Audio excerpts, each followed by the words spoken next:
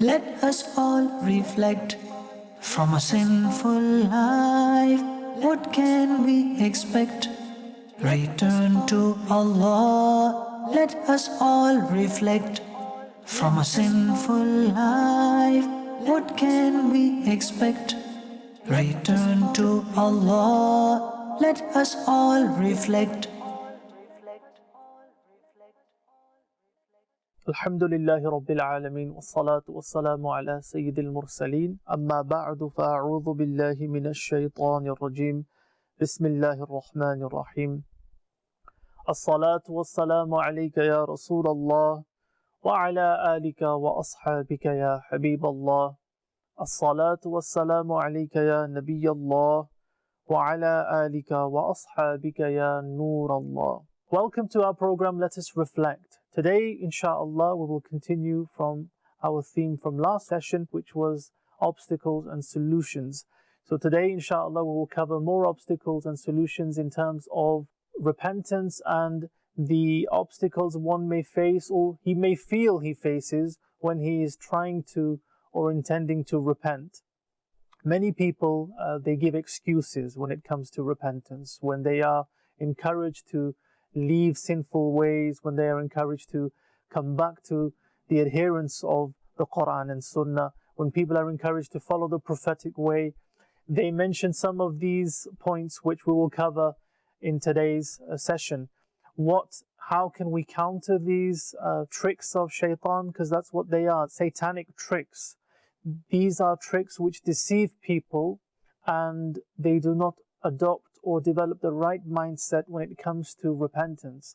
When they are tricked in this way, sometimes they don't know the obvious answer or the obvious way of countering some of these satanic whispers or these thoughts which come from shaitan, or they just have doubts about themselves. So those doubts need to be eliminated too. Before we move on to the main part of our program of obstacles and solutions for today's session, I would like to share with you, as I do with every session, a narration which expresses the excellence of sending blessings in favor of the best in creation, our beloved Prophet sallallahu alaihi wasallam.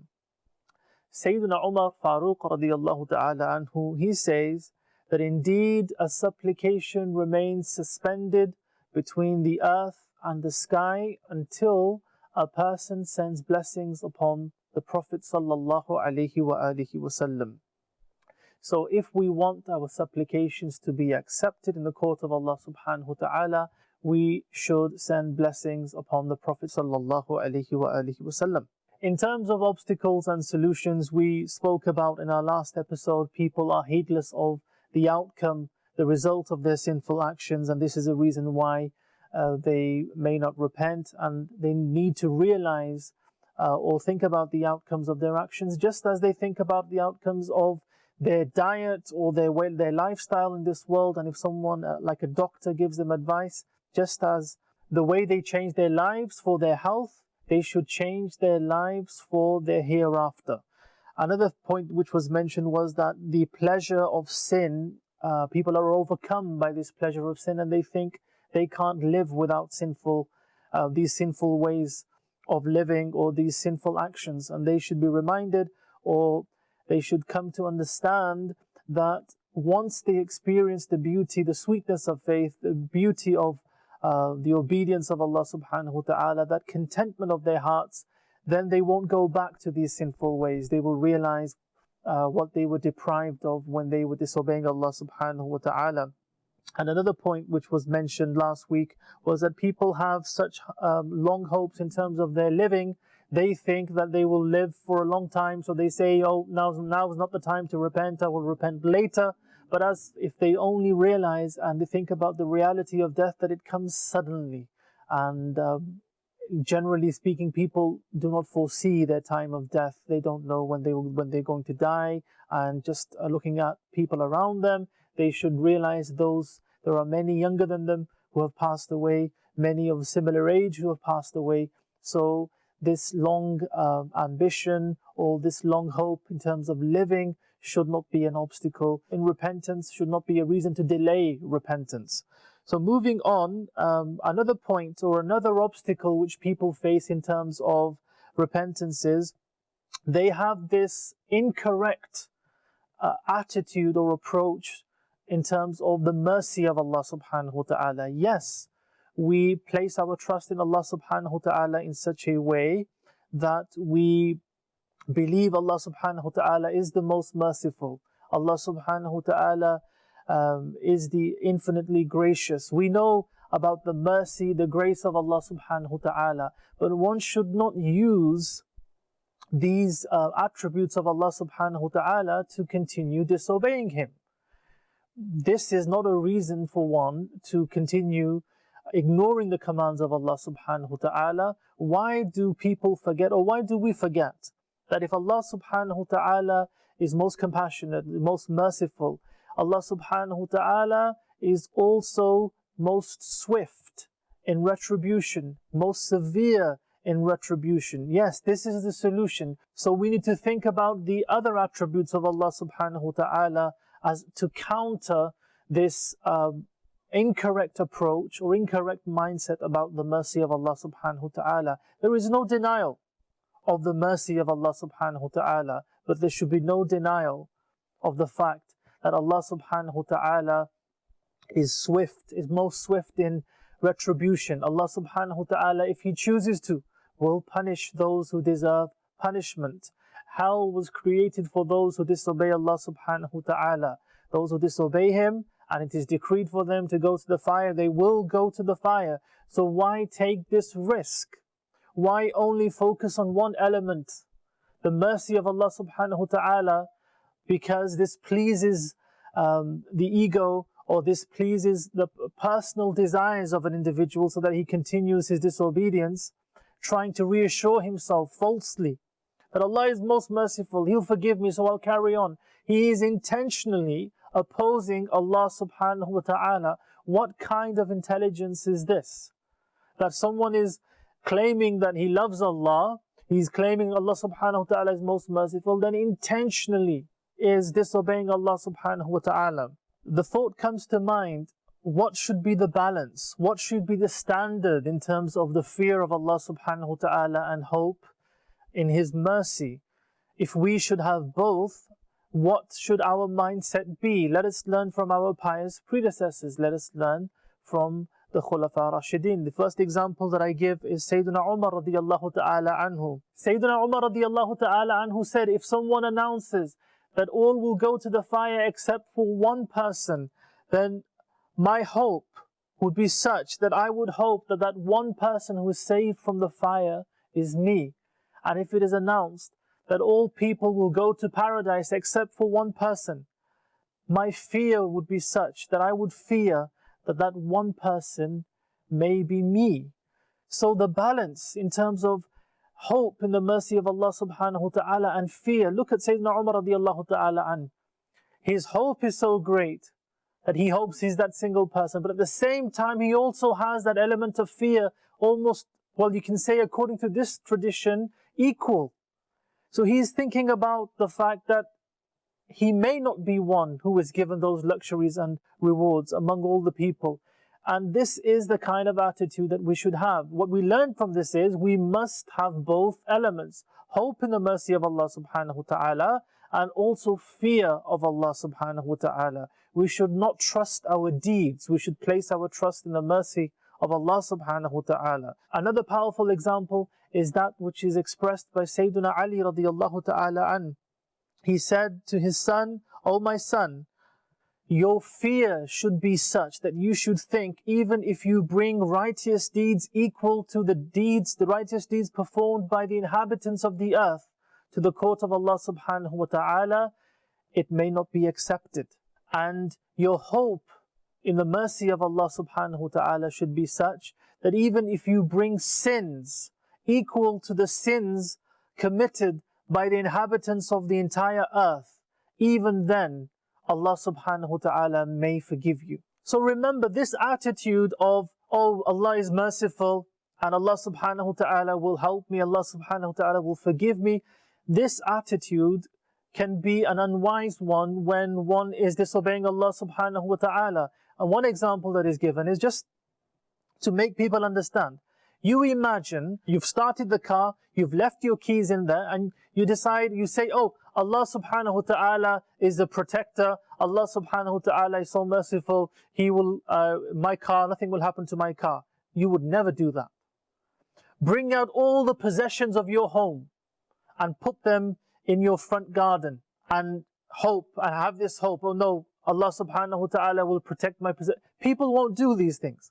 When it comes to their material wealth, when it comes to their possessions, people will not take that risk, so to speak. They will understand what is meant by tie your camel and then trust Allah subhanahu wa ta'ala. But when it comes to the obedience of Allah, they start to come out with these illogical statements, and they start to come out with this incorrect approach in terms of the mercy of Allah. Just as you would take the key out of your car and lock it, just as you would protect your possessions and still hope in the mercy of Allah subhanahu wa ta'ala, obey Allah subhanahu wa ta'ala, strive to refrain from sinful actions, and then have hope in the mercy of Allah. This is what our Sharia teaches us. This is the natural way of living. This is the instruction of our beloved Prophet sallallahu alaihi wasallam. I would like to share with you a very powerful hadith of Ibn Majah. Our beloved Prophet sallallahu alaihi wasallam said, intelligent is he who adopts self-accountability and he does good deeds for the betterment of the hereafter. And foolish is the one who follows his desires and hopes for reward from Allah subhanahu wa ta'ala. Yes, our beloved Prophet sallallahu alaihi wasallam has described the one who disobeys Allah subhanahu wa ta'ala and still hopes for reward as a foolish individual. This should be enough to counter this thought of this incorrect mindset regarding the mercy of Allah subhanahu wa ta'ala. Have hope in the mercy of Allah, but with that you obey and you strive to do righteous deeds. Another obstacle people face in terms of repentance, or when they intend to repent, is that they think, I cannot remain steadfast upon this repentance. You know what? I may repent now, but in a day or two, or maybe by the evening, I might disobey Allah subhanahu wa ta'ala again. And instead of doing that, I'd rather not repent. This is the mentality that people have. How do we counter this mentality of, or this fear that repentance may not be maintained and for this reason it should not be done? Well, one thing to keep in mind is our job is to turn to Allah subhanahu wa ta'ala. Our job is to seek forgiveness from Allah subhanahu wa ta'ala. Allah will grant us the ability to remain steadfast. This should be our hope in the mercy of Allah. And if we err, if we fail, then at least the sins that we committed before, we hope in the mercy of Allah that those sins have been erased. Another obstacle which people face is that they think they are forgiven, meaning they say things like, we repented previously, or we've expressed our repentance in the past, and that is enough for us. This is wrong. Among the conditions of repentance is that a person abandons the sin which he committed and he refrains from it and makes the intention of not committing the sin in the future. So this attitude, oh, I've repented already, and then going back to sin, this is incorrect. Another obstacle for repentance is people say that they love another person, and because of their love for that individual, they can't repent because their love is so important and their feelings for that person. Such people should realize there is a right way of being together, a way that is prescribed by the Sharia. Why adopt a way where families are destroyed? Those parents, those family members who've given so many sacrifices throughout their lives to support you when you were sad, when you were in distress, they provided that moral support. They shared your happiness. They supported you when you were down. Now, for the love of one person, the love which you claim of one person, you will disregard all those relationships which are rights. Allah subhanahu wa ta'ala has given them rights over you. You cannot disregard those rights for a personal love which is not even permissible for you. The way to go forward is to realize that you do not destroy families because of a self-centered approach to what you think is love. If there is sincerity, then the Sharia will be followed and a nikah would be performed, and this would be done in the right way. Other obstacles that people face is that they have this attitude that if we follow the religion, we'll be deprived of this world. This world is the root of sin.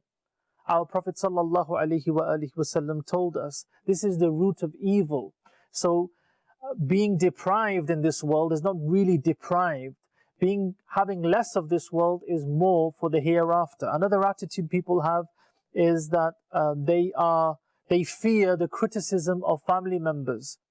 And because of this, they don't repent. If we change our ways, our family members will criticize us. How do you counter this? Become a truly devout Muslim at home. Give salam to your family when you enter the home. Respect your parents. Have patience. Show forbearance. Show good character.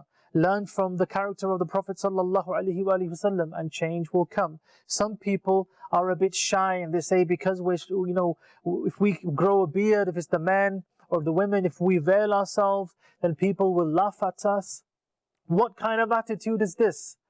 People are not turning to Allah subhanahu wa ta'ala because they are shy or they are ashamed of this change. They are ashamed of adhering to the Quran and Sunnah. What kind of attitude is this, that people are ashamed of following the religion?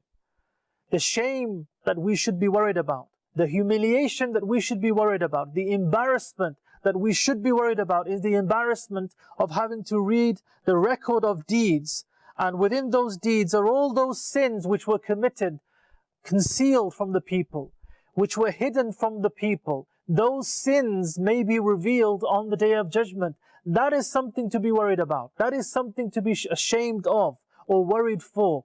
Not this shyness or I feel embarrassed following the Sunnah or the prophetic way. It's time to wake up from this sleep of heedlessness. We pray to Allah subhanahu wa ta'ala that we counter the obstacles in the path of repentance. We remain steadfast upon the path of repentance. May Allah grant us strength. Ameen bijahin nabiyil ameen. Keep watching Madani Channel. Sallu ala al-Habib sallallahu ta'ala ala Muhammad. Let us all reflect. From a sinful life, what can we expect? Return to Allah. Let us all reflect. From a sinful life, what can we expect? Return to Allah. Let us all reflect.